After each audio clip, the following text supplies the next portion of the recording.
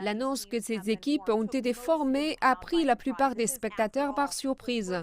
C'est la première fois dans l'histoire de 95 ans des championnats du monde que des Américains et des Chinois joueront dans les mêmes équipes. Pour la Chine, c'est Lin Gaoyuan qui sera jumelée avec l'Américaine Lili Zhang. L'autre équipe est composée de l'Américain Kanak Jia et la Chinoise Wang Mayu. Ils joueront dans la finale des doubles mixtes. Ce sont quelques-uns des meilleurs joueurs de tennis de table du monde, surtout du côté chinois. Et maintenant, au lieu de s'affronter, ils vont élaborer des stratégies ensemble, complémentant les forces des uns et des autres, tout en travaillant comme une véritable équipe. Et c'est vraiment le but du jeu ici. 2021 marque le 50e anniversaire de la diplomatie du ping-pong, lorsque deux joueurs de tennis de table, Glenn Cowan des États-Unis et Zhuang Zedong de la Chine, ont pu surmonter les obstacles culturels, linguistiques et politiques pour former une amitié à travers la balle.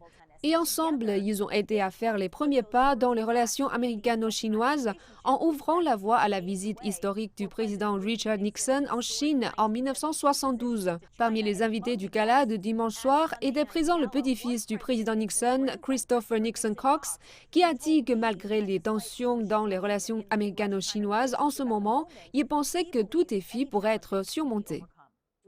Les relations auront des hauts et des bas, mais même lorsque nous traversons les moments les plus sombres, vous savez que parce que les gens se comprennent, les gens, en particulier en Chine, sont très hospitaliers et de bonnes personnes, que vous pouvez travailler ensemble.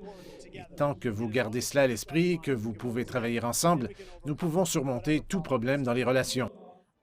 De plus, on pouvait distinguer quelques-uns des joueurs de 1972, notamment Judy Howard et Connie Spears, qui n'avaient que 15 ans quand elle s'est rendue en Chine dans le cadre de cet échange historique.